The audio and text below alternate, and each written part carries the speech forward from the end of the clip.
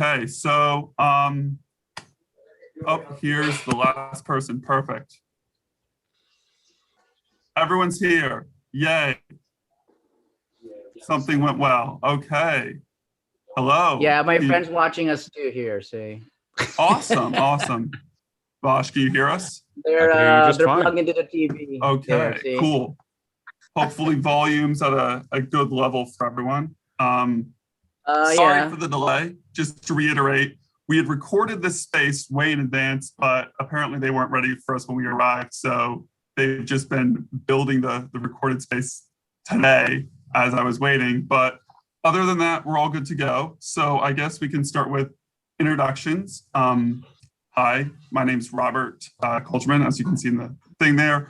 I am the representative of the project for the Museum of LGBTQ Culture and History. Put the Q in now. Yes, we put the Q in as of the other day, just for you, Don. Okay. So I guess we'll go down and let everyone do introductions. I guess we can start with Don Tuscan. You can say what you're here for and what you represent. Okay, then I'll change my background so you know what I represent there. Let's see how that works. There. Okay. Well, I'm Don Texan. I am currently in Port Alberni, British Columbia, Vancouver Island, the most beautiful province in Canada, British Columbia. I am the host and creator of a show called Queer View Mirror, which is a show about queer people, by queer people, for queer people, and our allies. It's aired on Shaw Cable TV in 10 or 12 areas so far, and we're just a few steps away from going national. And I ran into Robert, and it seems we have the same message and the same things to share. So I thought he would be a formidable ally in pursuing the Queer View Mirror mission, which is to showcase our diversity, authenticity, and creativity in the beautiful LGBTQ community. And thank you, Robert, for putting in the queue finally. Hey, thank you very much. Formerly, I know it was only LGBT. Yes, we had to get through all the logisticals, and some people were still on the fence about putting the queue, but when they named me director out of all the teams, I was able to just say, put the queue in. I guess next we'll go to Miss Monica Helms. Hello, my name is Monica Helms, as he just said, and I am the creator of the transgender pride flag, which you see behind me. I also have done many other things, including created the Transgender American Veterans Association with a friend of mine, Angela Brightfeather, and several other things, but I won't go into them now. But yes, hello, I'm very happy to be here, especially this wonderful project. Well, we're delighted to have you here. I guess next would be Marshall. Hi, my name is Marshall Shore, and I am the project manager for the Arizona LGBT plus history project. When people think of kind of that queer history, they typically think of New York, San Francisco, LA. And starting to kind of work on this project when a local bar was demolished, we realized that our history was quickly disappearing right before our eyes. And so really brought this project to fruition to help kind of look through a new lens and gather that history and discover our own history, which has been a very exciting project. Arizona is full of LGBTQ history. And so it's been kind of fun digging into that and finding more and more almost daily. Well, thank you very much for that introduction, Marshall. Just an added note, Marshall has recently been added as one of the council members or leadership members of the museum project. So he's going to be a little ahead of most of you as he helped me and some of the other council members with the questions we're going to be going over today. I guess would be the person enabled admin. I don't believe we've formally met before. Oh, Indeed, Millie, come on, introduce yourself. Hi, my name is Millie Carter Bloodworth, and I am going the transgender trailblazer. I moved to Arizona in 1973, right after my surgery, and my life began to blossom and change for the better. I am here because all of the things that you're talking about today, I am a retired special needs counselor. And yet I'm still doing the work today thinking, oh my God, this will never end.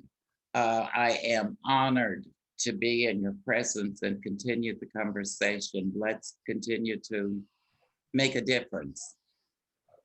Well, thank you very much. We're absolutely delighted to have you here. And that's a very important topic that we'll have to be adding into the museum as we go on. We haven't had much chance to talk about the overlap with the special needs community, though. I and some of the other administrators have worked heavily in that. I guess last but not least, certainly, would be Vosh. Hey there. Delighted to be here in the company of such an illustrious cast. My goodness. My credentials aren't as impressive as those the people here.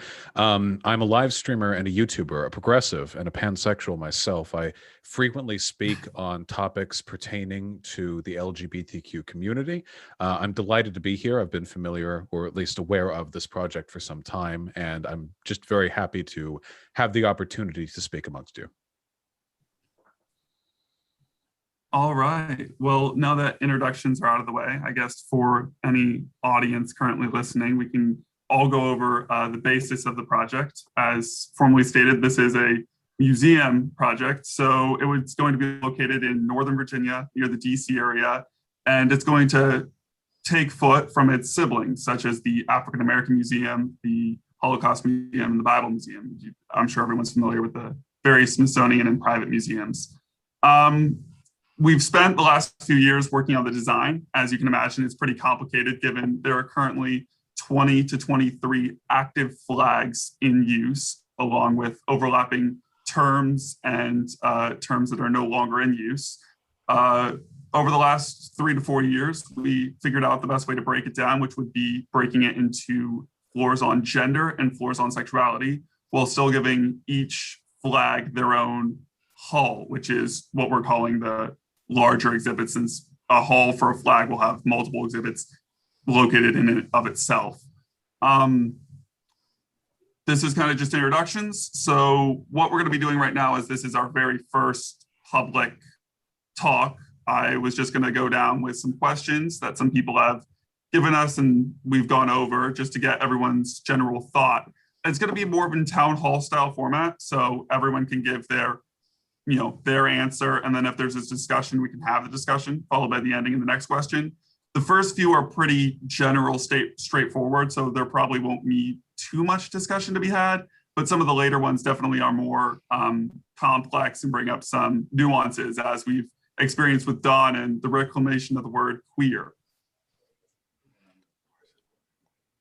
So if that sounds good with everyone, I guess we can get started and go down the questions. Everyone good? Yes, very much so. Thank you. All right, cool. Well, so the first question is pretty straightforward, and I guess I'd like to hear everyone's take on what LGBTQ history is to them specifically. A lot of people have a different focus that they like to talk about mainly. I guess we can start with Marshall. For me, LGBTQ history really is those stories of people from eons ago and allowing them to have presence, their stories to be told, whether they are with us or not. As terms change, I know a project that I've talked with Monica about was a gender pioneer from 1906, a Russian gentleman who passed away here in Phoenix without a headstone, and actually come to find out it is the first, a guy has written a book about it, and it is the first book on a trans person in Russian. And so when he passed away here, and so even though those terms did not exist then, he was living his authentic life as a man, to the point where he actually had, he had one wife, got divorced, had another wife. And so it's really trying to allow for those stories to be told regardless of terminology changes, allowing those stories to just help document and create a path for all of us to see that we indeed are not a new thing, that we have been around forever. When you look at the term two-spirit, it's a new term for a philosophy that is centuries old. Okay, great. And I guess we'll go on to Monica next. Yes, well, my focus has been on trans history, but specifically military trans history. People that served in the military that was would be considered trans today, or those people that are gender nonconforming. A lot of women served in wars to either fight right alongside their husbands or fight because they wanted to fight and they couldn't as women. So they went in as men. And there are a few that actually continued living as men past the war that we were in. And so I also am familiar with a lot of the 20th century trans people that have served in the military. Many men who later transitioned to their true selves. And like myself, I served 8 years in the Navy, served on 2 submarines, and I transitioned later in life. So there's many like that. Their stories are wonderful to think about.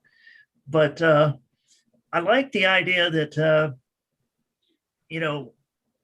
the gay and lesbian people were able to serve openly in the military, and then finally we came along afterwards 5 years later. So there's a lot of history, everybody together, but I'm very glad to help people. If anything, if I can't find it, I know somebody will know who will know it. So thank you. Definitely a great take, and already we're seeing multiple differences in the aspects as it's a massive community. I'm going to formally apologize because I'm really bad with names. So unless I hear a name twice, like I won't remember it. So admin, can you please repeat your name again for me? And I promise I'll remember it for the rest of the stream.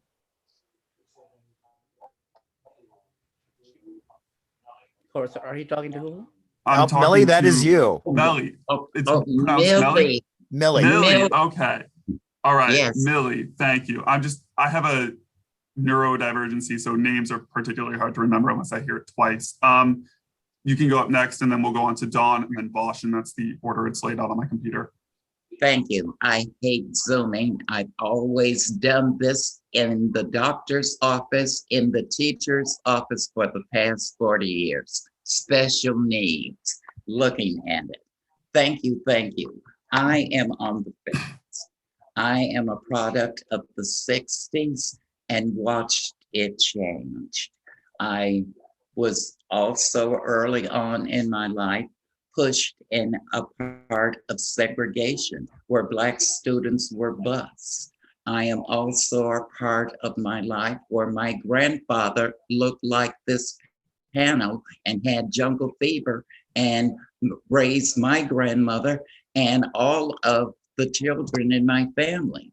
So when I look at trans in the 60s, it was something to be excited of and lived to express your sex.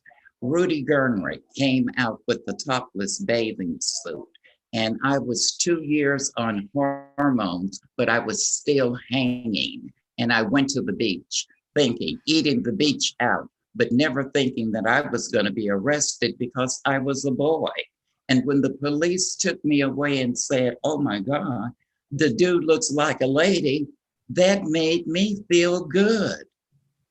So when I look at growing up, I had to hide. I couldn't be open and let others know that here I am. I had to have a job, and I didn't want to be a whore. I wanted other things in life. I am glad that we're having this conversation in the next generation of LGBTQ. They didn't have that. I'm a product of the Benjamin and money. You could not straddle the fence in the 70s. I've had drop dead gorgeous girls that have committed this and have taken their lives because that mind did not match that vagina that they had put in.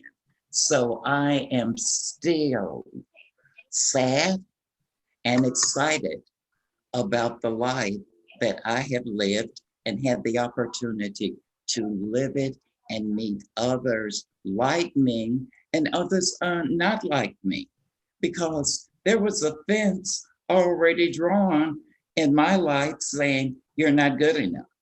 I had to prove myself to be good enough to be invited at the table.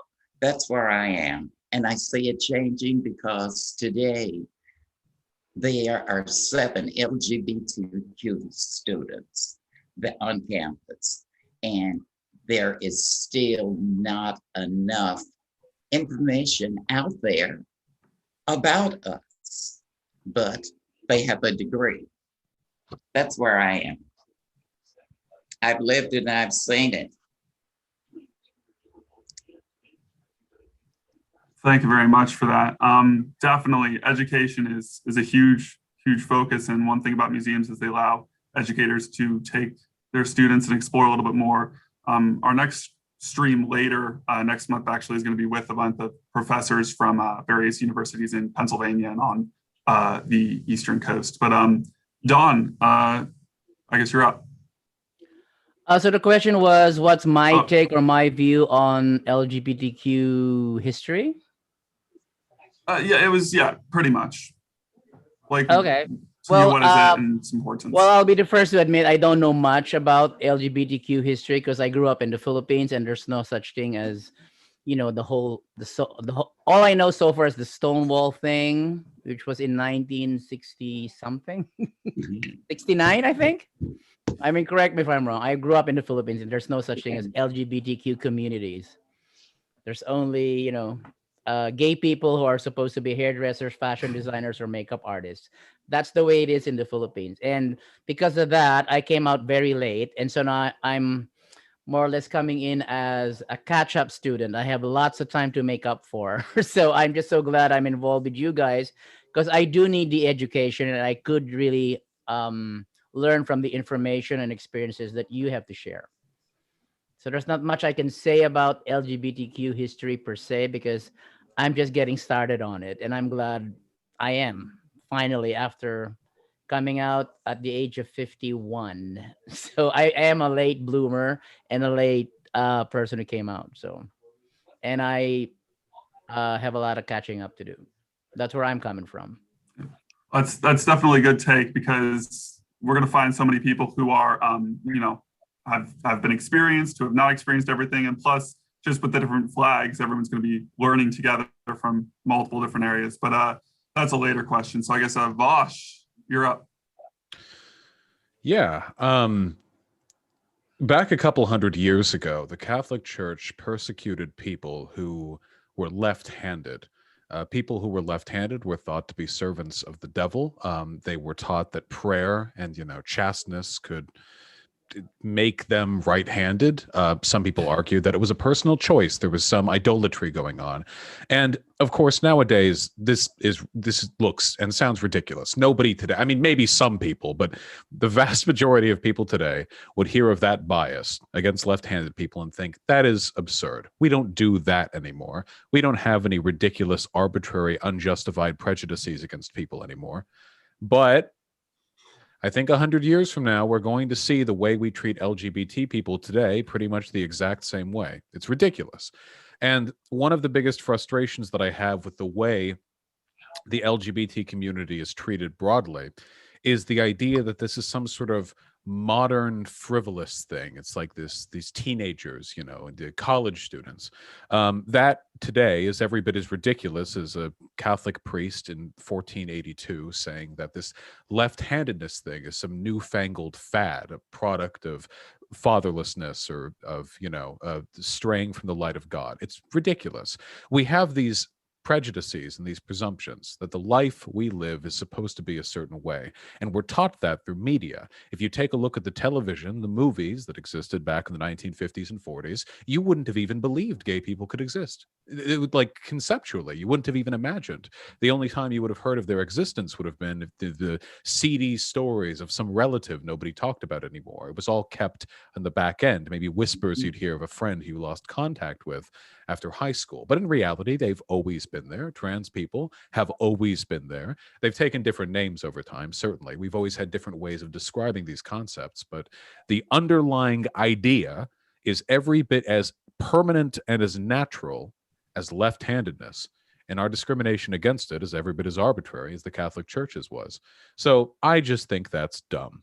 And I think that we should probably work to mediate that, because much in the same way that anyone now would look at, let's say we imagine some country where people still discriminate against the left-handed. Let's say, I don't know, Florida. They still do it there. I don't know. If we looked at that from an outside perspective, we would think that was ridiculous, medieval. But we do it today. So maybe we should adjust our standards of what we consider medieval. And I think that that's happening now. There are many young people, especially, who are much more progressive on these issues than I ever could have imagined just 10 years ago. But there's still plenty of work to be done. And that is what LGBTQ history and rights means to me, the work that's being done.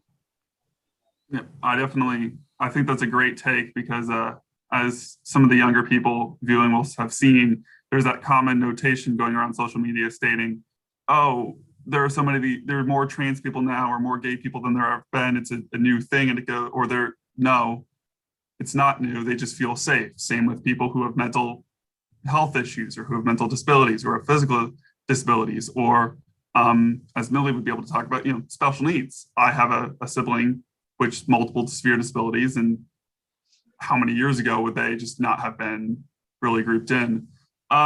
Our next question is the last kind of just opener question. After that, we really get into stuff where we can more so have a discussion amongst ourselves. But this one's kind of like, it's a two-parter really, but you can answer it in one answer. So how well do you think that the LGBTQ history or queer history, how well do you think it's taught in the current education, just in education or in general society? And how well do you think that the community handles its own diversity amongst itself? So all the flags being taught, just conflicts between the different, like gays and transgenders or bisexuals, the huge biphobia that exists. I guess we'll start with Marshall and we'll go in the same order. So, I think the one thing is when you look at different grade levels, what is taught. I can remember when there was all kinds of fervor over a book called Heather Has Two Mommies when that book came out from Allison Publishing, up to where you now can study in college queer theory, queer history, but a lot of work needs to still be done on actually identifying those folks that fall under that umbrella of who are those LGBT folks that may not, again, have had those terminologies.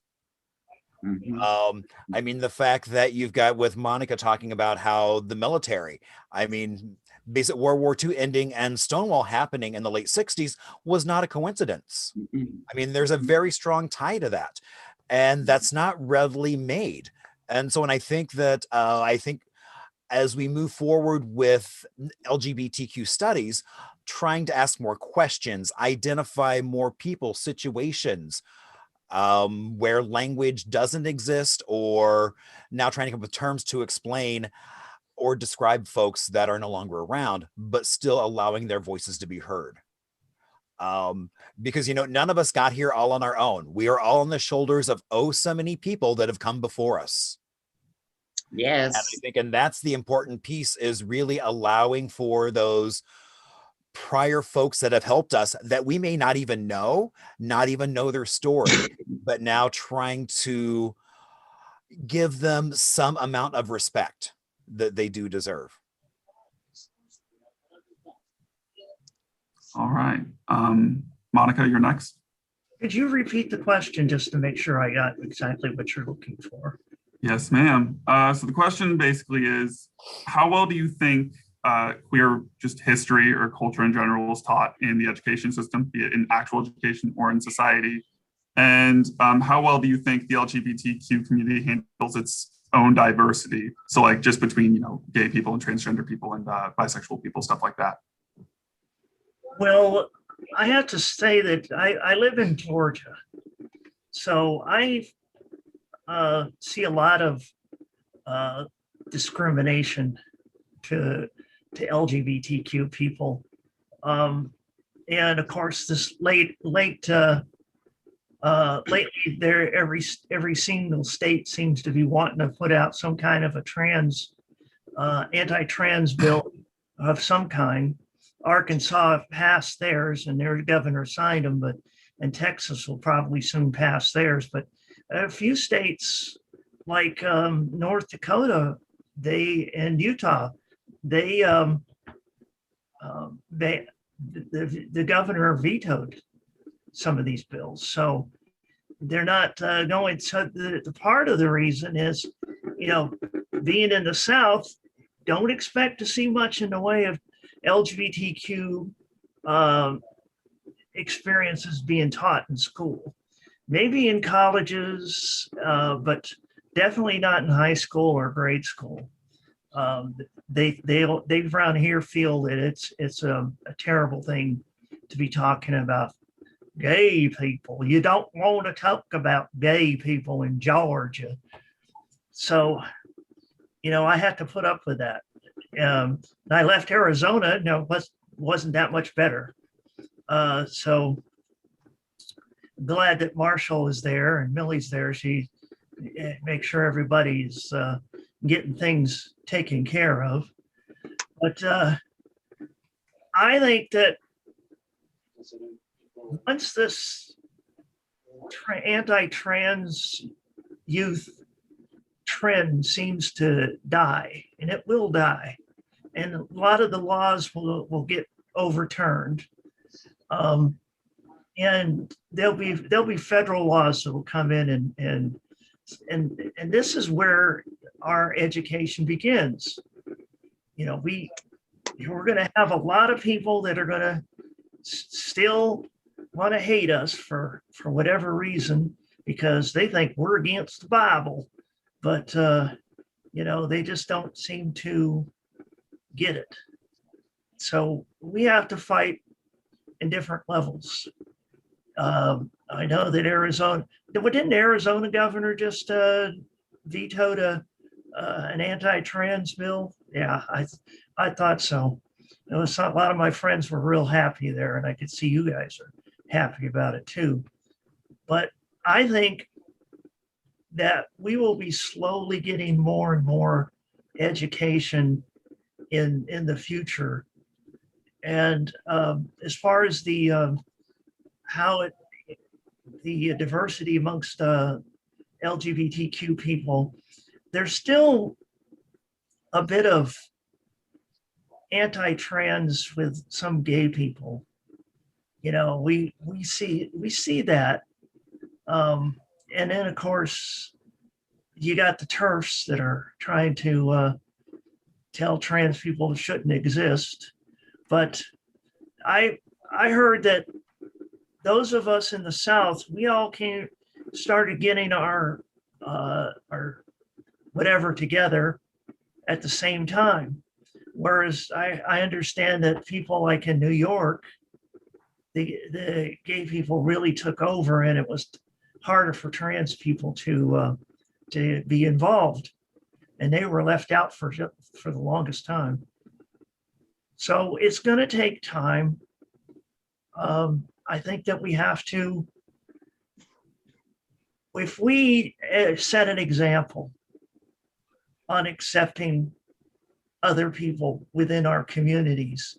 Here in Georgia, we have a lot of things against the trans women of color. They unfortunately are being murdered at a high rate still. So we have to work together. That's just the thing. And I'm glad to be here with you guys, plural, whatever. And thank you very much for including me. Hey, well, thank you for being here. And definitely, like you said, there is a little discrepancy, and we'll get past it. But hopefully, we get past it a little bit quicker, especially with what happened to the that poor 10-year-old. Everyone yelling at them. But no, definitely. I guess Millie. Yes, I am coming a different way. I grew up in the 60s, and it was the Jewel Box Review. The Jewel Box Review had beautiful drag queens and drag kings, and that set a preference for me. And being that I was a part of that, and yet not thinking of myself as being gay, because if you're a drag queen, the gay boys sort of push you away and say, oh, your neurosis is just too much, Millie. I can't understand. You want to be a woman. So transgender did not really catch on until RuPaul got out there and said, look at me. And now that RuPaul has made an impact, and drag has been here since the beginning of time, it took that creativity and that zest in order to make drag queens a market. My brother was one of them, Miss Ebony. He came and we brought diversity to Arizona. And the reason is because my white grandfather had jungle fever. And he would tell his grandbabies, if I can love Donia and Solomon can love Sheba, that was a good match. And I took that to heart as a child because he had blue-green eyes and gray hair, and Sonia had nappy brown hair. So I looked at that and said, oh, here is heaven. That man went to bed every night with that woman. My biological father did not do that with my biological mommy. So I thought, oh, this is the way for me. If I'm going to find a partner, it will be a partner not of my color. Only because it's what a child learns. I was a product of that. This man brought prestige. He made us live in the big house. We was called the uppity N-word. He provided jobs and gave dignity to Blacks as maids and portlets on the Chicago, Illinois Central Railroad. So therefore, I look at this and say, it's the human condition. We have issues. Some of them are good and some are not bad. And I deal with it. I am an old woman that have kissed the demons himself and not HIV free. And there's girlfriends that have done these things and they're gone.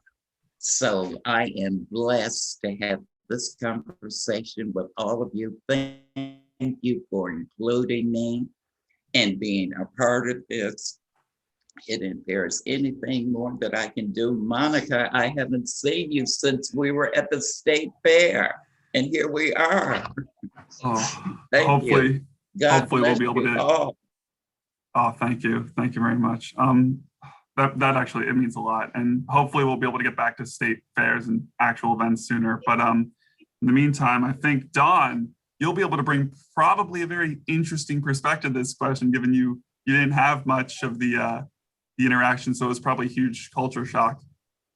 Well, fortunate for me, I am in the presence of Canadians who are here with me, so I have a little bit of an audience, and they are not young, but they're not old either. So as you were talking, I said, I feel like the odd man out. I'm the only Canadian who's not even a Canadian. I'm an Asian. I've only been in Canada for 2006, so I threw the question to them about as far as education is concerned and what strides Canada has done. So as far as I know from Michael, he says there is such a thing in Canada called SOGI, SOGI, built into the curriculum of the schools, elementary schools and high schools, like throughout the whole education system in Canada or in just British Columbia?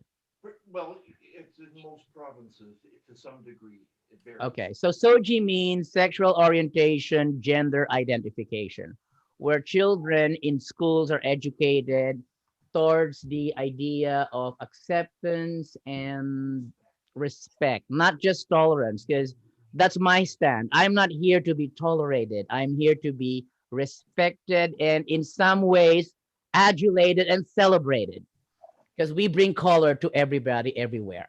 That's my stand. Oh, That's well, why we that- have the rainbow in our flag, because we bring the color to this black and white, dreary, boring world.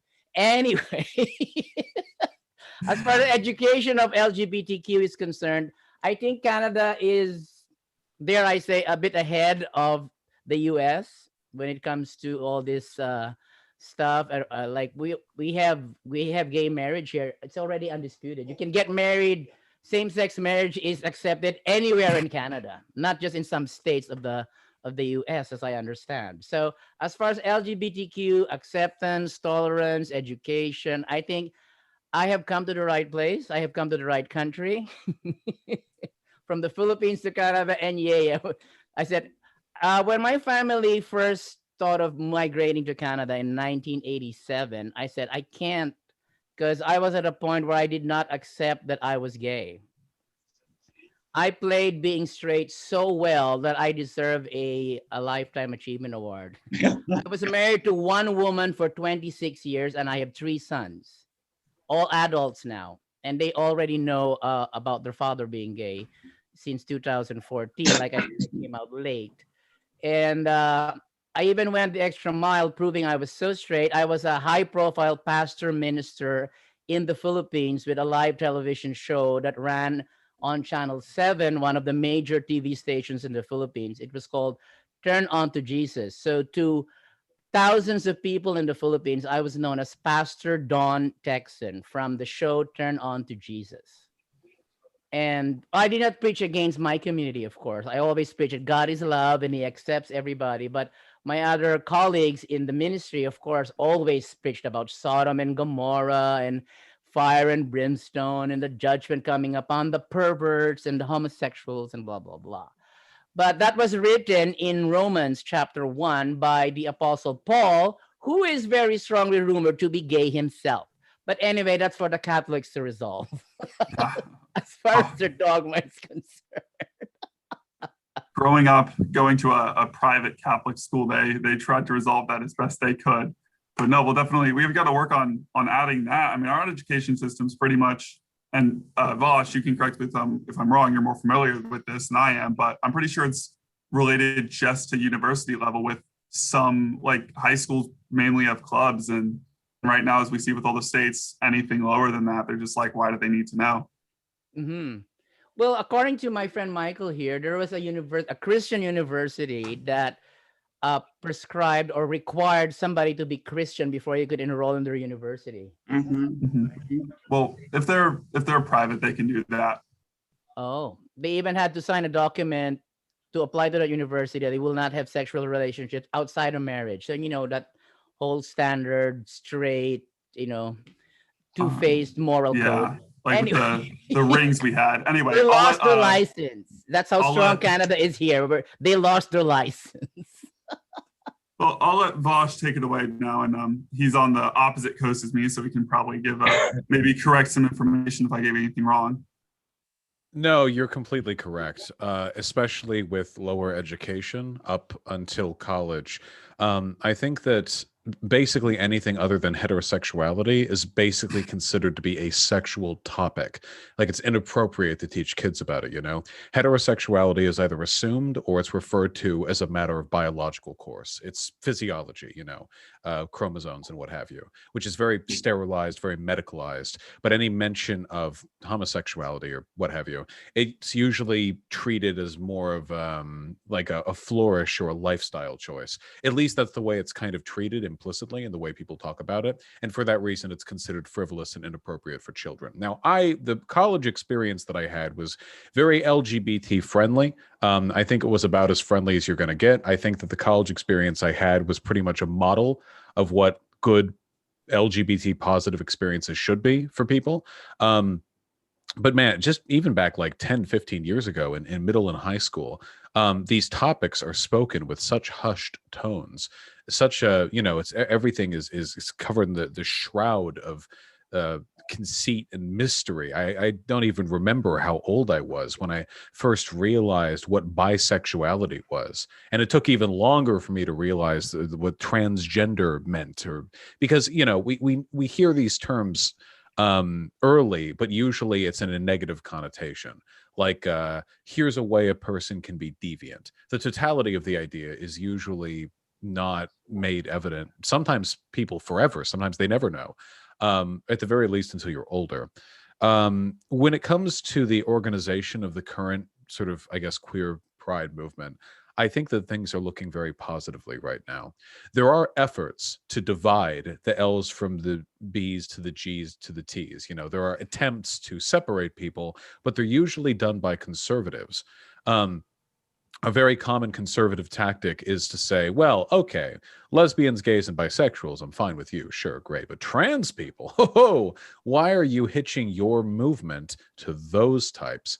But this is usually done disingenuously because the people who make those arguments are also anti-gay, anti-lesbian. What they're trying to do is divide and conquer, and people are falling for it less and less than they ever have before.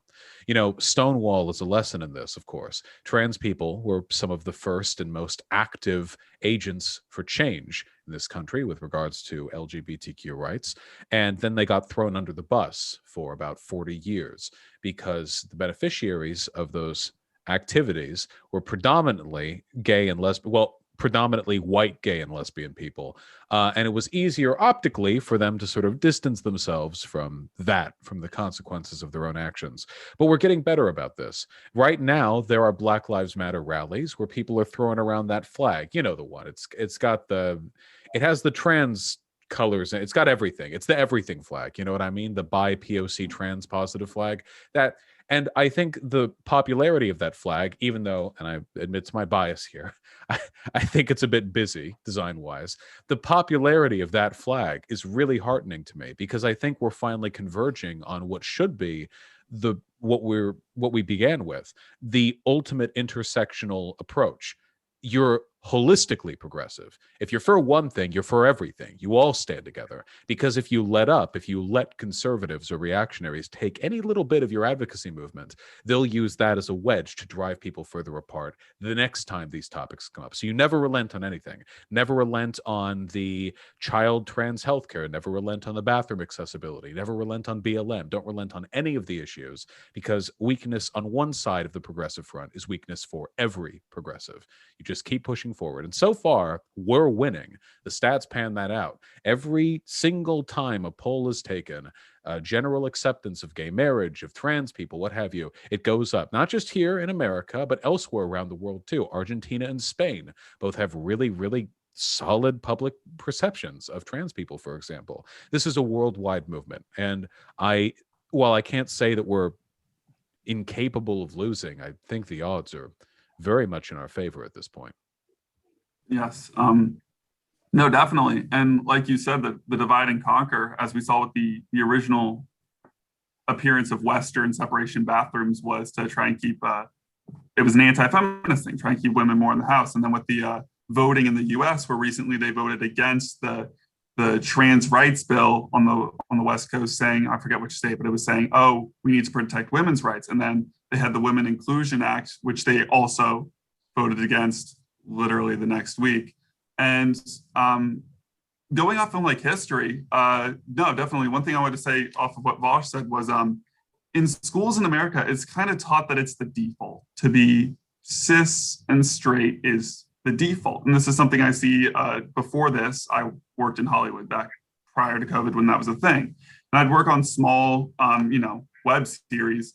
And I'd noticed a lot of writers and a lot of people, every time they change someone ancient, like with the one character from Star Wars, he's the Han Solo's friend. Why am I blanking on this? Shoot. Did anyone? No. The one who had the Falcon prior to Han. The really cool guy. Yeah, like the really like Lando. the player guy, Lando Calrissian. Yes. Yeah. They recently announced he's paying. He doesn't care. He goes into a bar. It's like Woodstock. He has fun with it. And the actor who played him came out and said, "Yeah, we acted him like a dude who just does whatever. It's a guy. It's a girl. He wins a mining or a hotel one day and sells it the next day." And a lot of the fans freaked out as to like, "Oh, this is some woke push forward. You can't change a character." And I'm like, this is a character who we don't know their sexuality. We've never seen them in a relationship other than a one-night stand. We don't know literally anything about them. This would be no different than if Malfoy's Goonies, Boyle and whatever the one was, came out and suddenly one of them was trans, one of them was gay, and it just happened, and that came out later. And they go, well, yeah, but we already know they're straight. And it's like, do we?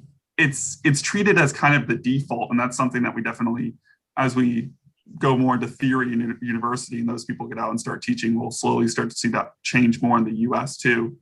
Don, did you have a question? I saw you raise your hand there. Yeah, I'm just curious about Vosh has the best audio. So what mic are you using? I'm just curious. It's an AT-AT40 Audio Technica, and thank you. It's just a product of the industry. Can I add one quick thing, by the way? Yeah, go ahead.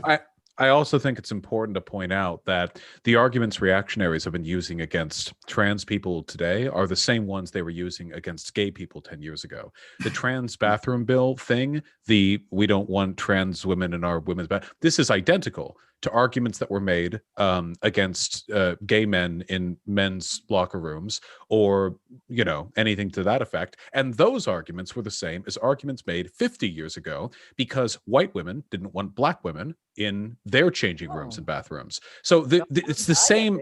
Many forms, many areas, right?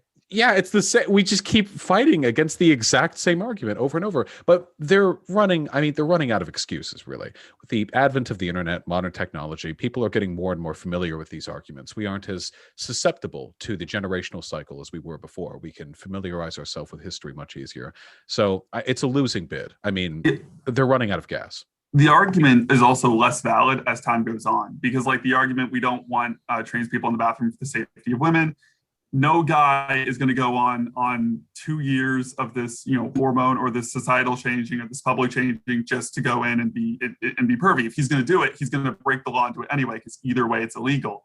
Like with gay people, you'd have to make the argument that gay people don't find you attractive because you're just afraid. You don't want gay people doing to you what you do to women, and gay people don't find you attractive in the first place.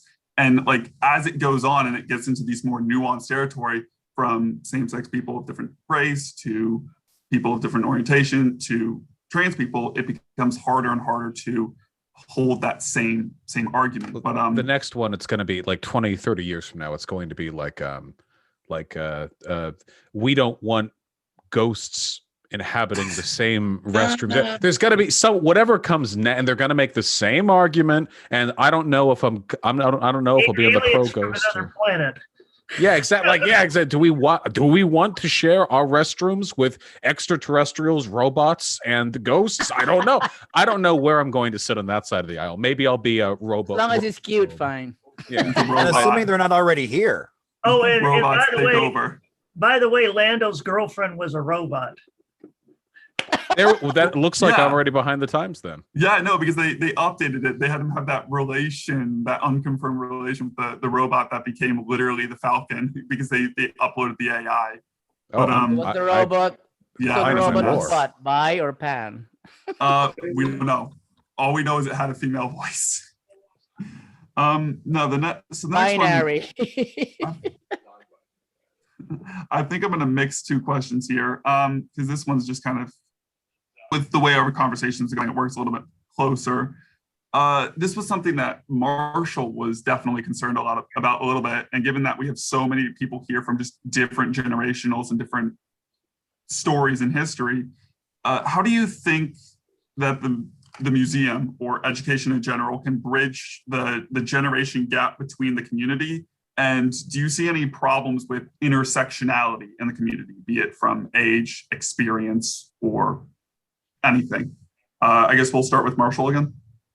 I think when you look at our history, you do have, um, and kind of, I think by some people's view, it's kind of a negative thing, is the fact that we lost at least 1-2 generations of LGBTQ folks to HIV/AIDS. I mean, growing up in a small Indiana town, pretty much not many survivors from that entire community of friends. I'm one of, as far as I know, 2 out of a whole crowd. Those voices have been lost, and they ranged across the spectrum of people. And I've also heard from younger folks about, well, why do you keep bringing up that doom and despair of HIV/AIDS? Because now it's a manageable, livable disease. But again, that is part of our history. And views of things can easily change. We now have gay marriage that is legalized, but not everyone. I mean, my partner and I have been together 27 plus years together. We are still not married, and allowing for those differences of, we don't need a piece of paper to say, hey, you've got a relationship.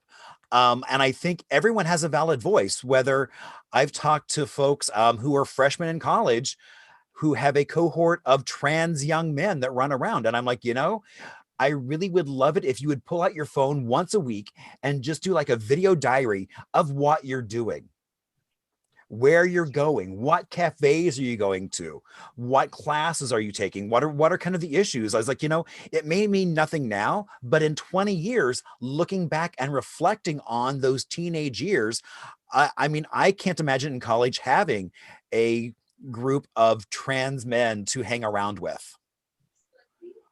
And I think those differences in how communities view things evolve over time, but I really think the museum can really kind of allow that intergenerational. I know it's like with Millie, we've done some storytelling things, and I think that's a great way to get people to start sharing those intergenerational stories, so that we start to capture what was it like back in the day versus what is it like now.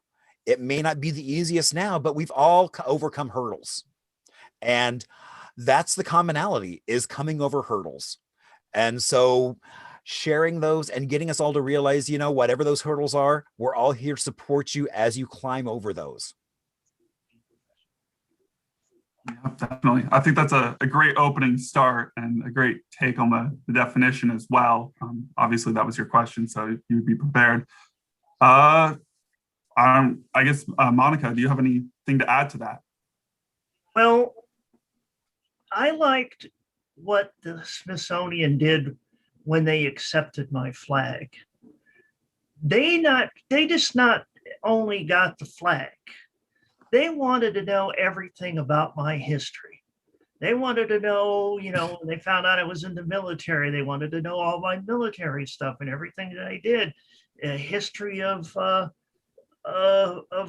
my children and they wanted to know the whole story.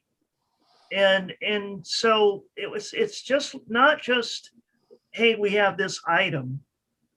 We want to know where it started, where it came from, what was the inspiration, what was everything. This is a model that I think this museum should use, is to go into the history of the very people that have created these various flags. Find out as much about them as possible. Where did they go to school? Where did they, did they get married? Do they have kids? Did they serve in the military? Did it, whatever, and I liked the fact that if they ever put it on display, because they don't have an LGBTQ wing yet, but if they ever put it on display, they're going to have other things in my life that are going to be on display with it, including several things from my submarine days. So I think that if we're going to get the flag, I would hope that we can get as much other information and paraphernalia, if you want to call it, items from that very person who created it. So that way we're adding to the story. We're giving a lot of story to this very item. It's not just the bi flag. It's the bisexual flag created by Michael Page in 1998. And Michael was part of the BiNet USA. And these are various things that I know about just him. And I'm sure that we can, you know, if we know who made these various flags, who's the original creator, then we need to know those stories, which adds to the color of our community. It adds to, wow, this person did this. This person realized that they were pansexual, and so they decided to do this. You know, this was their inspiration. So I want to know as much about the person behind the flag as I want to know about the flag itself. I'm just going to hold you right there for a second because Dom was letting us know in chat that he has to go take care of something else. So I just wanted to say goodbye to Don, and thank you for being on and coming on the show and being a part of this. Bye, Don. Have a good one. Maybe we could talk later, Don. Okay. Yes. Yeah. We'll catch well. up. Okay. All right. Bye. And then just, I wanted to cut in there for a second, Monica, and just say something. So earlier, Monica mentioned to me the importance of intersectionality and just in flags themselves within their communities. As multiple people have made variants of the transgender flags, hers was just the one that took off. With polyamorous, most people use the polysexual flag, which if I remember correctly, I think it's pink, green, and there's one other color. But there is a polysexual, sexuality, polyamory. There's a flag for that too, which was blue, red, and black, and had a yellow pie symbol. Everyone hated it. It looks terrible. It just looked like a conservative LARPing, like USSR type thing. And they tried to remake it, and 7 people remade it. And ultimately, they just said the best one was the first one. We're going to go back to that. And as a result, most people popularly use the pink, green, and it was the other color. It's either yellow or blue. There are too many flags for me to remember off the top of my head. I'm sorry, guys. But that's definitely something important is you got to look at each flag, because this example is really well done with the polyamory flag, where each flag tells a different story as to why it was made that way. Monica and I had a long discussion on just some of the different trans flags and how each one tells a story. There's reasoning behind the design, why they designed it like that. And I think that kind of story will add a lot of information that people will want to see. You know, you just don't go to a museum and see, oh, there's the skull of Lucy, the first human. But you get the story about them finding Lucy and why she was named Lucy. The song Lucy in the Sky with Diamonds was played when they discovered it. So that's why she was named Lucy. So, the Smithsonian was real good at getting as much as they could on my original flag and me. And I think that this is a goal that we should go for on this museum. These flags don't just exist. They exist because people wanted them to exist. They had a dream. They had decided this was what it is. And so we want to hear from them as much as we can. And just to clarify for Vosh, I remember this second girl, you said earlier about the newer pride flag. It's been, there were 5 iterations. There was the first one, which had 8 stripes, was it? Or 6 stripes? Yep. 8. And then they took away one of them, and then they took away all 2. And then you have the standard one everyone's familiar with. Then Philadelphia made the Philadelphia flag, which had a black and a brown stripe to represent, Stonewall and a lot of history. And then after that, we got what was called the progressive pride flag. And that's the flag Vosh is referring to, that has the triangle on the side and has the black and the brown stripe. And then it has inside the triangle is the trans flag. And then outside that is just the generic rainbow modern use flag. But I think that I think eventually we're just going to have to print a color wheel on on the flag, On the to really flag. encompass everything we can. It's silly. It is silly that like everything's getting thrown in there, but it's amazing too, you know? Yeah. Because it used to be these groups and political pressures were so isolated. They may have individually believed in the basic tenets of intersectionality, you know, getting along together, recognizing our shared privileges and prejudices, but it's really hard to actually act on that. The internet's made it a lot easier. You were, what was the premise of the original question that you asked? I had a response to that prompt, but Well, the original premise was, how do you think that the museum and just education in general can work to help bridge the generational gap? You know, we all come from different generations with different experiences.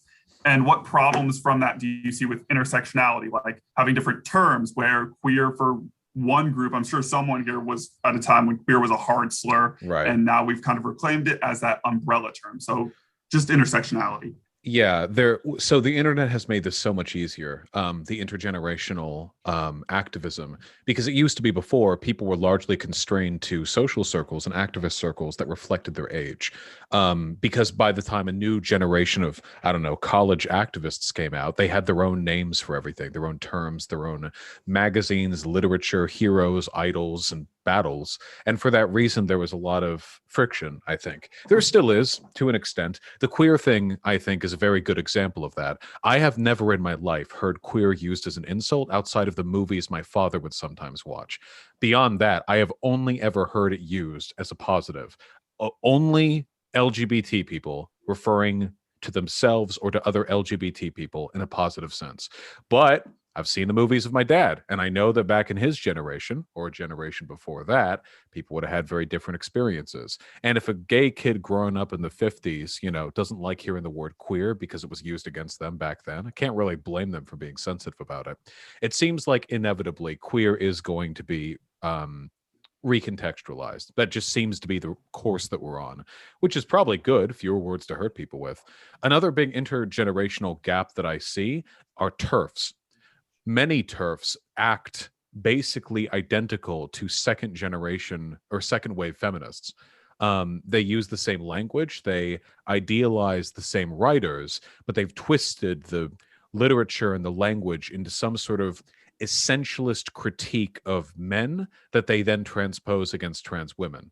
If you look at the people they read and the arguments they use, they're very, very fundamentally similar to some of the radical feminist writings back in the 60s. It's just, of course, you know, now we see how that writing pans out over time. I'm fairly critical of the way those ideas manifest today. I mean, J.K. Rowling is a great example. For one, J.K. Rowling is a very classically a TERF. Her arguments against trans people are rooted in, I guess, the worst expressions of second wave feminist writings you could find, where all the power dynamics and relations between men and women are reduced to biological essentialism that is, of course, maintained in the environment, you know, with trans people.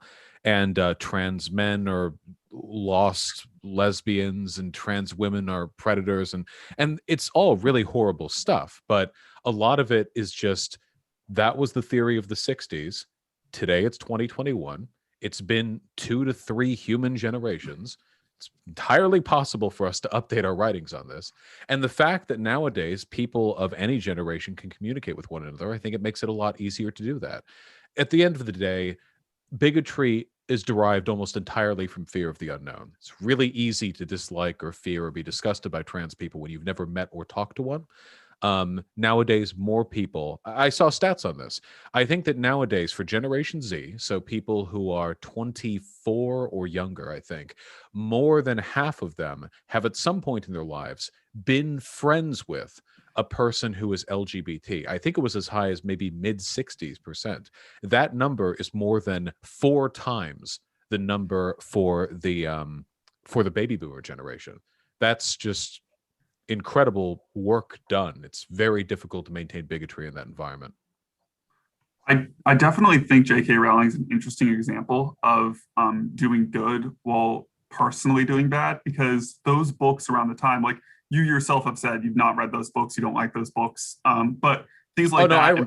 Wait, Harry Potter or the second wave feminist books? You didn't like Harry Potter, did you? Did you read it? Oh, I'm I gonna did miss read that. it, but I don't Okay. like. I've it's Okay.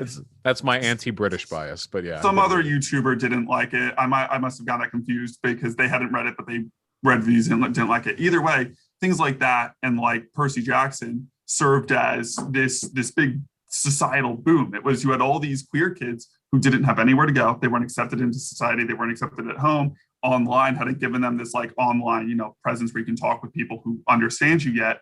And these books served as this escape, to the point where a lot of those kids overlooked the bias, to the point where with like Harry Potter, some of the bias didn't come out till later in the book in terms of just bias you saw with Jewish people and transgenders and other people like that.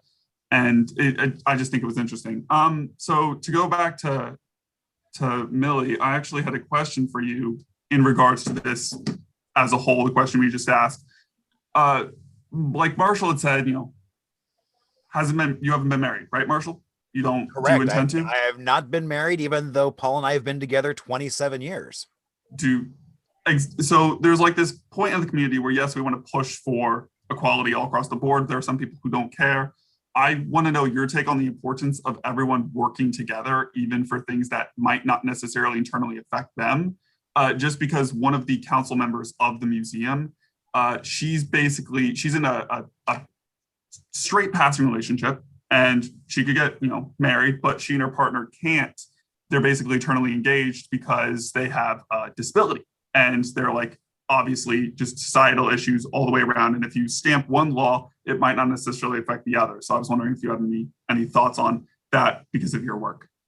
Yes, it takes me back to the days when I owned 3 houses for HIV, and I didn't understand why the state could come in and close me when one of them were already contracted by the city of Phoenix. All of my paperwork, but my fingerprints came back transgendered with a name, but the same social security number. And trans was not discussed in the 70s or 80s. So I believe that I was an scapegoat and my business was forced to close. And a number of the HIV clients that I had to be sent to different homes, and they were not comfortable with. However, I decided that I would become a transgendered advocate.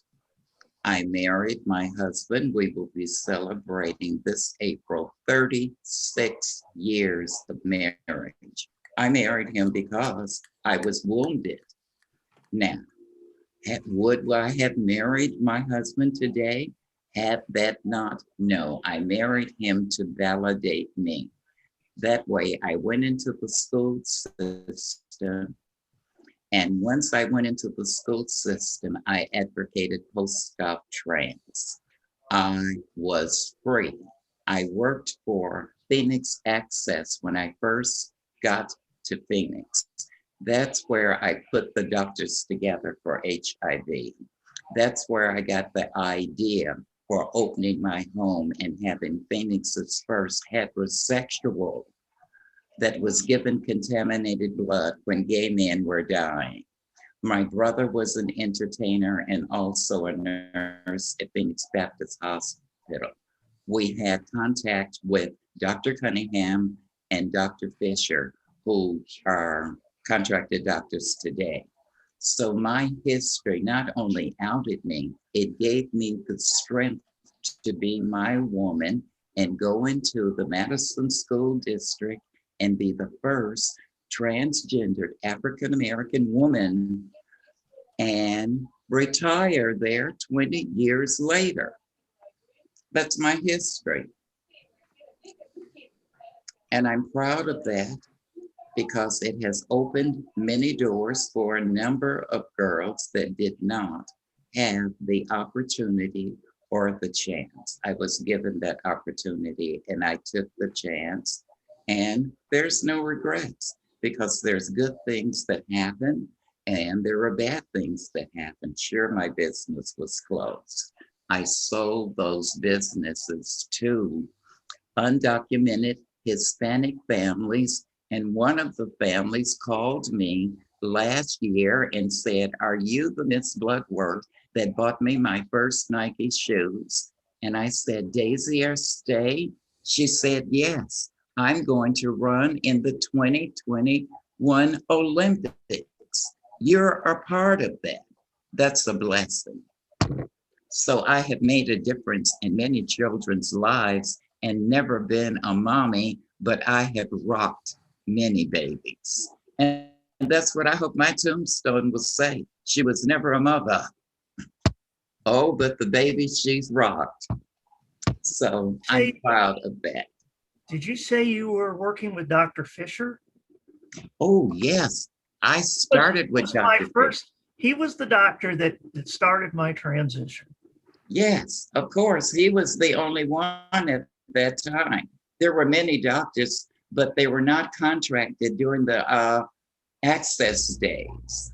And there was so much fraud going on at that time. Mercy Care is the only that is still going today. And I left Mercy Care to open Buffalo House, and they're still going today. So I look at that and say to my history, I hope you get my history right, because I won't be able, but I'll send a boat down if you don't get it right. Boom, boom, boom. Marshall will get it right for you. Yeah, definitely. Well, we have for each hall specifically, I know we only have so many leadership teams, but for each hall, we're going to try and get as many like people who can look over it and just make sure everything's absolutely good. But that reminds me, I'm sure since Vosh and I went to university around similar times, you've probably remember this as well if you took any of these classes, but like movies like Paris is Burning around that time when they used to have the group homes. So you're kind of like that, the leader of those homes. Old school. Yes, I'm old school. All right. Well, unless anyone else has anything to say on the theory topics, we're going to move into our last few questions, which are all actual physical museum location or like about the museum based. So if everyone's good to go, we'll move on to those last ones and finish up here. Absolutely. Oh, you know, I took architecture classes in high school. I assume that I'll have the opportunity to have input on its actual design, physically build it, you know? Given as you were the one who pushed me into all this, I would hope so. That's actually true. But beforehand, I used to be a generic, like, go with the motion, do whatever would work. You know, I was on ROTC track. I grew up in an old style house in Fairfax, basically the capital of the Hunger Games. And, you know, I was just put into the Fox News was the default on our cable box up until I went to university. And then my friend introduced me to Vosh, and he's just like, hey, you're good at talking to people. You should try and actually learn how all this stuff works. And then I got removed from ROTC due to Trump rules. And I was continuing to watching Vosh more and more. And I was talking with some friends who were just like, you know, trying to figure themselves out. Some of them were eggs, some of them were hatchlings, and they weren't quite sure, and they were learning stuff. And I was taking classes and talking with professors. And we went to the Pennsylvania Capitol, and we talked with some more people, and one thing led to another and formed. And then they decided that for some reason they wanted me to speak. I don't know why, but so far it's going well. But the next main question for like this has to do with the halls. So as I said before, all the flags will be broken up into various halls. For the most part, some of them will be inside different ones, like, you know, the lesbian hall, we'll talk about labia lesbian and lipstick lesbian and bush lesbian and things like that. The trans hall will have all the different trans flags. And this might have been Millie. Marshall never actually mentioned the name, but someone recently designed a new flag. So I guess we're up to 23 now, but this is another ally flag. So this is our next question. It was a trans ally flag. Because we had the main ally flag, which there was some issue with the community with, because it looks rarely similar to the hate group, the straight flag, because they're both black and white, but it's like, what you're going to do. That was made after the ally flag was made. So the question is, does anyone have any concerns with how we handle ally representation? Because the museum, first and foremost, is education to the community. It's the people who want to learn more about the history, like Dawn, if he was still here, hatchlings at any age, eggs who are still finding themselves, But we also want to have this education to allies. You go to the museum and your friend takes you, and they don't know anything and they're still learning, or your parent, they're more leaning towards that Gamergate hole, but they're interested, they want to learn, they want to care for their kid. So right now, what the council has kind of agreed on is having an actual hall specifically for allyship. We think this would be the best way to get about going things, because you have each hall, which would cover that hall in particular, and then sort of on the ground sub-level floor, you'd have areas like libraries and hope centers. One initiative I've been working on with some universities around my area is these things called closets, which are basically people donate clothes, and trans people or non-binary people or genderqueer people can try on different outfits and jewelries, all the wonderful experience of an in-person mall, but with the safety of online shopping. So there will be that lower section of the museum. Allies can walk through and they can go directly to the ally hall. And I thought that was the safest way. There'll still be overlapping mention. Obviously, you're going to have like overlapping talks of different terms in each hall, but a lot of people felt conflicted. Like, why are you giving allies this representation? Because some people don't even think they deserve a flag. And I just wanted everyone's general thought on that. So I guess we can start with Marshall and move on to Monica, and then Millie, and then Vosh. Yeah, so I mean, I think when you look at flags, Kendra Tonin basically recently created the Trans Ally flag because her wife was like, I'm not trans, but I do want to fly a flag to support my wife and the community that surrounds me. And so that was the reason why she went about creating the trans flag. I think when you look at Arizona, we also had Native P flag, which was the only P flag chapter that really focused on those indigenous communities. Until recently, they couldn't continue leadership. So actually, they are no longer a P flag chapter. I think it's important that there have been allies pre-flag, just in terms of our communities. They were around long before a flag, but that is now a marker, and using that to organize the story, but that there are stories that will exist before that, as well as stories that exist after that. And I think as long as we allow for that continuum of stories throughout those times, that really for me is the focus. All right. And before we move on, just to try and highlight the focus a little bit more, because I think we're all in agreement pretty much on what you said with flags in general. Moving towards the topic of just allies, a lot of people are conflicted on whether or not they deserve that level of representation as a marker. I personally, and many of the council personally, think that they deserve that marker because it marks a stronger unification. It marks a stronger time, because before it was just, we wanted to be accepted as the norm. We want to be more norm. And once one group's accepted, they kind of leave the other ones behind. This group's accepted. And as we saw with Stonewall. So I think having the marker of an ally flag and people who are willing to take up the ally flag overall and can learn the history and learn what it means to be a good ally, because we've all seen those cringy allies. Vosh has talked about them, and we've all experienced them. But I just wanted to get your talk on how we is it appropriate to represent them, and how much representation do you think they deserve? Do you think giving the hall where we can specifically talk and try and keep, because it would be segregating in a little bit too, because some people who may not be comfortable going over into all the museums, or if you're going there and you're a hatchling and you're trans and you're willing to go to the closet and try on clothes and try being yourself, it would be a little bit level of, you can stay away from the ally hall while allies are talked everywhere else. So yeah, Monica, do you have any? Yes, I do believe that we should give allies pretty much a hall for them.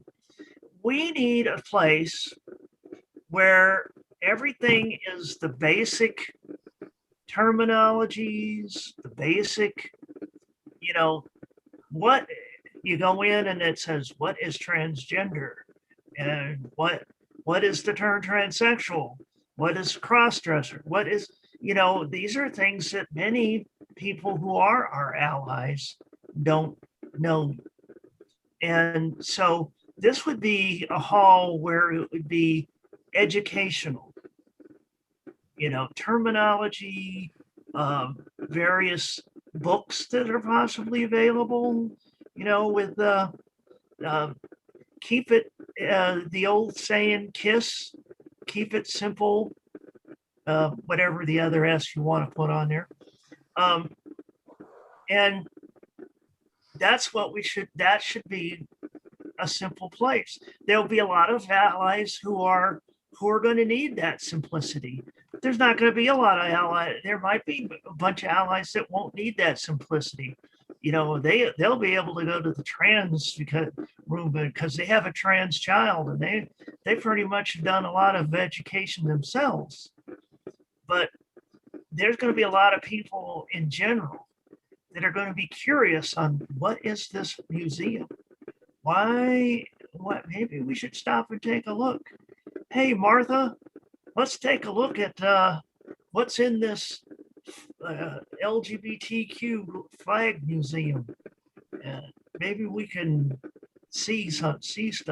We want to make it so simple in some ways that people like that will be educated without them knowing it. Actually, educated without them knowing it.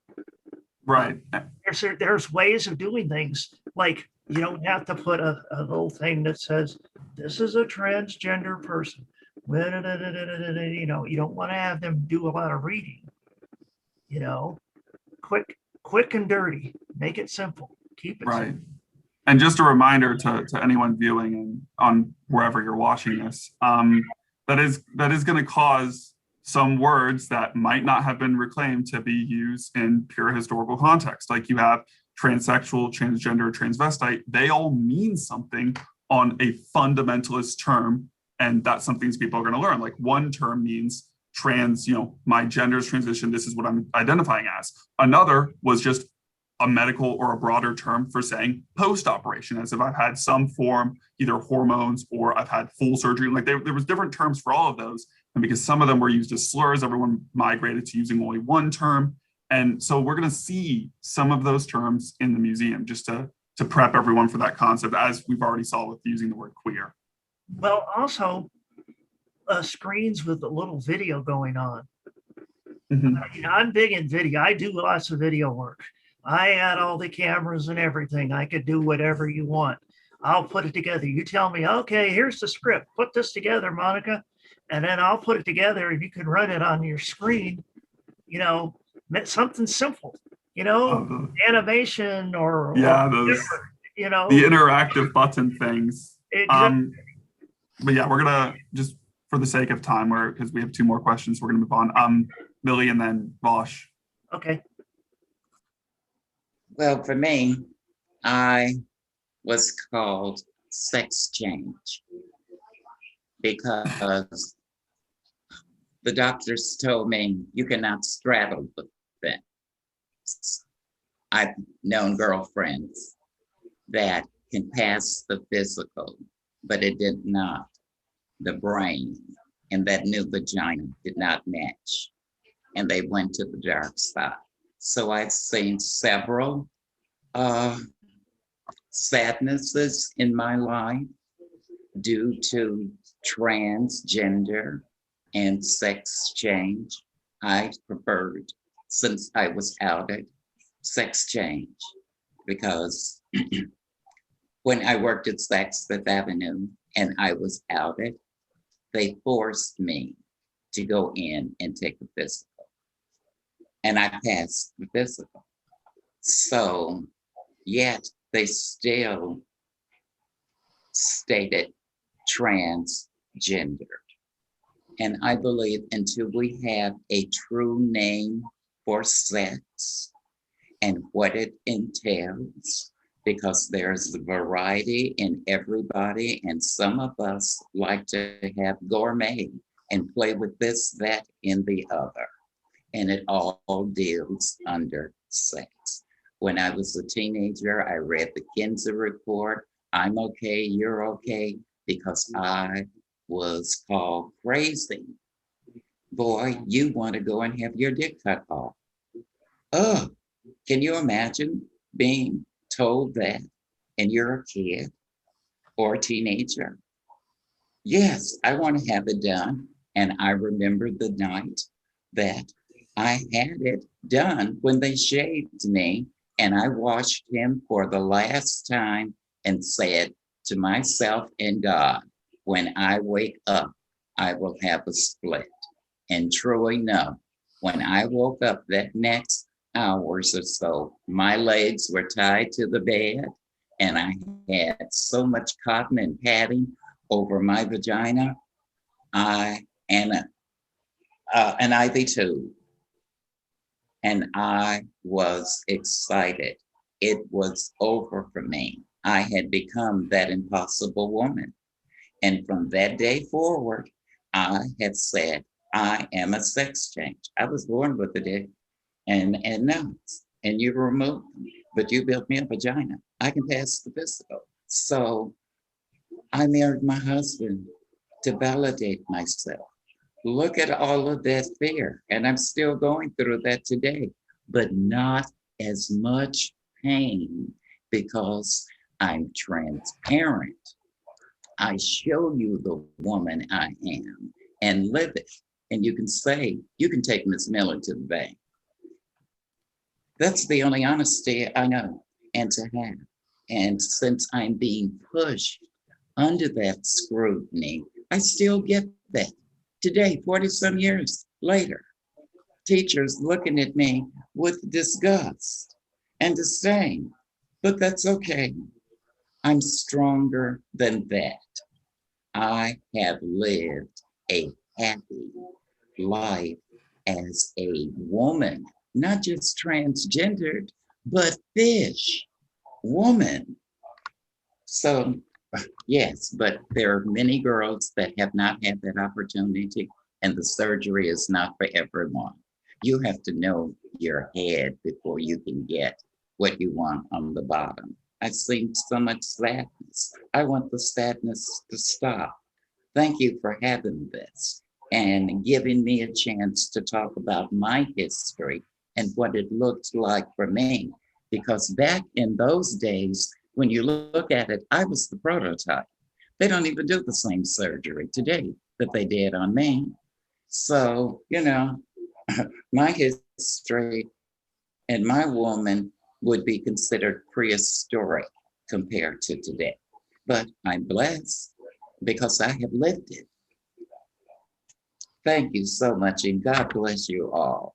That's definitely, I like that ending part there, just about the differences and as we develop. And that's something I've talked with some people, and Vosh and I might clash on this a little bit because I identify as bisexual, he identifies as pansexual. To us, we basically have the same definition, but those terms on their boiled down self mean two different things. Bisexual still exists on the binary, pansexual doesn't. And that's a conflict that you see all the time amongst the community, where you have what was it called? It was the orange and black with the SS. It was super gay or super straight or something that came out. Oh no, yeah, that whole mess. We don't deal with that, but those are terms we're gonna have to use because everyone develops in different areas. As we talked with the Philippines that haven't developed or developed. I've heard some professors talk to me about how pansexual developed, and at the time bisexual should have gone out of practice. But because they didn't have some of the flags in the area where a lot of the prominent bisexual activism was, they didn't develop into the pansexual. And once those other flags and those other activists of transgender or non-binary started going to those areas, the bisexual activists just roped it into their term. And now you have these two terms coexisting. I see Vosh scribbling down a lot there. I know you have a great idea. So we're going to go to you next with this question. And unless you say what I think you're going to say, I do have a special question that I wrote for you specifically based on what she said. Well, one of the things I was going to say is that I'm afraid I'm actually going to have to depart soon. So this might be my final contribution in this block. But so to a number of points here. First and foremost, at this point, my position on the bi-pan discourse is this: I do not care. Whatever term people want to use, whatever makes them happy. There's probably no benefit to be had from parsing out the semantics on that. I actually do have a slightly more contentious opinion with regards to the ally wing and the ally flag and stuff. Now, this is just my opinion. I know people are going to have different experiences. But when we talk about the trans flag or the gay flag, we're talking about two different and overlapping things that sometimes mean different amounts in different proportions to different people. When a person flies a trans flag, are they saying they are trans, or are they saying they support trans people? Now, I'm not trans. I've flown the trans flag. When I do it, I'm saying that I support trans people. I don't think anyone has ever come up to me assuming I'm trans because I had a backpack pin or a little flag on me that had the trans flag. I think that what that means to people, whether they would prefer the flag to represent an identity or an idea, is very much a personal matter. But I will say this much. This sounds a little bit strange, but hold with me here. When I went to college, there were plenty of people who were not gay, lesbian, bi, or trans, but they were culturally those things, culturally LGBT. And what I mean by that is, though, even though they personally were cisgender and heterosexual, the mannerisms that they had adopted, their ideologies, their political positions were in line with the LGBT community. And you would have to ask. I mean, you could look at them and you maybe a presumptuous person could look and say, oh, you must be gay. Well, no, actually, they just got along really well with gay people. And one of the reasons why I really liked that was because it broke heterosexuality and cisnormativity as the defaults. Now that wasn't the default. In these communities, you have no idea. If you go to a college party in the right part of the world, you have no idea at all what the people their identity. It's completely alien to you. You can go to a frat party in Georgia, and you can know. I mean, you can know the signifiers are there from people's behavior, the language they use. You feel these people are mostly straight. These people are mostly cisgender, maybe entirely so. But in some communities, you cannot tell. And I really like that. But that thing that I just described is most enabled by the belief that the flag represents an idea, not an identity. It further blurs the lines. A trans flag worn on a person's backpack or a pin on their shirt doesn't identify their personal demographic characteristics. It identifies their political beliefs, which in my mind is actually much more telling of a person. But again, this could be my bias. I think that an ally wing in the museum is a fantastic idea because whether we like it or not, plenty of good progressive work has been and must be enabled by people who are not a part of the communities that they are explicitly fighting for. No one man is an island, et cetera, of course. I like the idea of an ally wing. Allyship flags, I don't necessarily have an issue with those either. I think they can be nice. I'm not trans again. Maybe I would think if there was a trans flag and a trans ally flag, which would I rather see hanging outside of a college dorm? The trans ally flag, I mean, they both signal the same idea, that trans people are valid, but one of them says, I think trans people are valid, but I am not of them. And maybe there's something, well, not exclusionary necessarily there. Maybe there's something more ostracizing.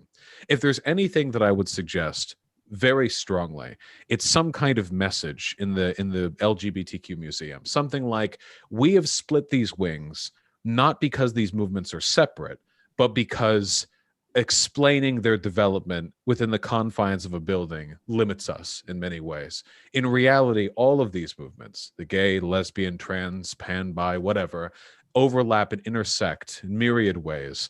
And their struggle is a collective struggle. So remember, as you proceed through this wing or another, that you're seeing only a slice of a greater whole, not separate ideas enclosed within the same building, but the same idea fractured because of buildings being physical spaces that have to be designed as such. I think as long as that idea is being communicated, I'm very much on board with whatever follows from that point. Well, I think we can skip the last question then, because the last question pretty much was, there were some people saying, oh, future of museums is online, you should move to an online stuff. And I was going to just get everyone's take, but you and Monica pretty much have described the entire internals of the museum and everything. One of the designs was on the entrance. The first internal of the museum next to like your help desk would be on one side that says, this is what's going on in the world, and the other side which says, this is what's going on in that area, and then the explanation in the hall going in. Before Vosh, before you go, I just had one question for you. So yes. This goes off what Millie had said. This is something you've talked about a lot, and this is something I personally believe might be a future progression, gender abolitionism. There's been multiple just different definitions of this that I've seen. And to me, what this means ultimately is outside of some jobs, like let's say movies or some sports and medical, gender doesn't really have a term. We can talk to people, we can say names, we can ask them what their pronouns are. In the museum, we're going to have, the little, you can write your name and your pronouns. But because you just have so many different people, especially in the trans community, like what does it mean to truly transition? This future, from my understanding, and I wanted you to give your definition, correct me if I'm wrong, gender abolitionism would be like changing society so it doesn't exist. You go to a store and you have shoes and you go to running, basketball, whatever sport, and then you go to your size, 1 to 5, 5 to 14. Obviously, if you really needed to, for the sake of smaller, shorter people, you could have that. You have your underwear sections, which just have, what do you have? And you go to that section. You have jeans in general with different styles, different cuts and shirts. That was just my baseline understanding. It's removing it from society. And this is something we want to talk about more in the museum as we get closer to the bottom level of just gender and societal interaction. So I was wondering if you could enlighten us a little bit more on your take. Yeah, I think that this concept is best illustrated by the Germans. Back before the existence of the modern German state, that portion of the world was occupied by many dozens of disparate and sometimes very, very aggressive barbarian tribes, or at least that's what they were called, of course. They were called that by the Romans. And these German tribes, you could speak to them, you could speak to the Mongolian tribes who were united by the Genghis Khan. These tribes had very refined and distinct senses of tribal identity and of antagonism towards those of different identities. But today there is one Germany. In the span of just a few hundred years, dozens of different and extremely important distinctions melted away into something that I think we'll agree today is perhaps a little bit more relevant. Now, what happened there? They were unified, and there was, of course, conquest and bloodshed, and that's not good. I'm not speaking positively to that. What I'm speaking positively towards is the idea that at times there were ideas which are relevant and very, very socially important that fade in importance with time. The idea that perhaps in 3 or 4 or 500 years, people are no longer taught that because of the genitals they are born with, that they must be certain things. Because when we speak of gender, we're speaking predominantly of gender roles. The idea, why does one group wear dresses? Why does the other group wear jeans? Well, there's nothing biological about it. Maybe you say the dresses have narrower shoulders, but that we chose to do that. If we wanted to, we could have it that all the people assigned male at birth are running around in dresses and vice versa with jeans and suits and what have you. Getting your time. It's completely arbitrary. And the arbitrariety is sometimes damaging. The idea that women should be better at housekeeping or that they should be better at so on and so forth, that can be harmful to them. It can be harmful to men because sometimes men will take their little daughters out to the park to play with them and they'll be assumed to be some sort of predator because, oh, women take care of the children, not men. What are you doing? These assumptions, they hurt both ways. Nobody benefits from them, really. But people still care very much about their gender. I care about mine. I like being a guy. I like looking the way I do and talking the way that I do. And I'll probably stay this way until I die. But what about my child? And the child of theirs, and so on and so on. Maybe 10 generations down the line, it's not so much that we're forcing them to not care about gender, they just don't care about it as much. We're already seeing this process in effect. 50 years ago, the idea of men wearing ear jewelry was very deviant. Nowadays, it's almost common, for younger people at least, in most parts of America, I would say. With time, things are going to broaden in this respect. And while gender abolitionism will always be a sort of half-formed, long-term project, in the long run, I think everyone here can agree that too much weight is placed on expectations and roles based on what types of bodies people are born with. And that the more we do away with that, the freer people can live their lives. Now, for sex, obviously, we'll always have sex differences, but we can address those in ways that are non-coercive, can we not? I mean, there's no reason to believe that just because some people are born with X bits or Y bits, that we couldn't resolve anything having to do with that without invoking the dreaded gender rules. I think that we could do that just fine. And in fact, we already do in some cases. There are communities, I think, in Sweden, where they raise their children gender neutral. It's all they, thems, or whatever the Swedish equivalent is, you know. And of course, these children, they're born, I mean, we would call it assigned male or assigned female at birth. And I'm sure they're given provisions which respect. My chat is saying hen is the name they use for they, them, the Swedish name. And I'm sure that they can accommodate whatever those biological expectations or needs are perfectly fine without relying on gender roles. That would be a component of gender abolition. But as long as gender means something to people, they should be able to practice it and live it as freely as they would like. Nothing coercive, only a shift in broader social standards. Sorry, that was extremely long-winded. I apologize. Hey, no, you're fine. It was a better definition than that's what I was looking for. But you know, we've unfortunately, because I know Vosh, you're very busy, we've reached the end of our questionnaire. And you know, just to let the chat know, Vosh's chat and other chats, this is a project to build a building it's going to be located in Northern Virginia, outside DC area, not in the city, just for societal and safety concerns.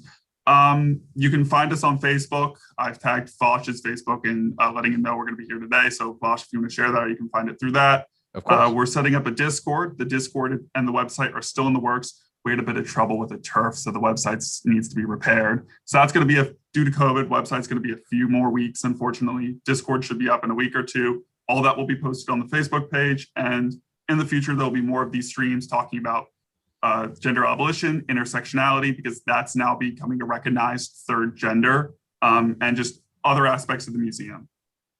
I just want to say I really appreciate you having me here, and it was delightful to meet all of you. Thank you. My community was watching this, several thousand people, and they spoke positively of all of you. I'm really looking forward to seeing this project develop.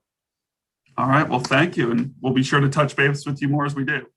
I'll speak to all of you again. Take care. All right, have fun, Vosh. All right. And everyone else, we're all good? Any last minute thoughts, questions, comments, concerns? Okay, I think we're all good then. Thank you guys for coming on here.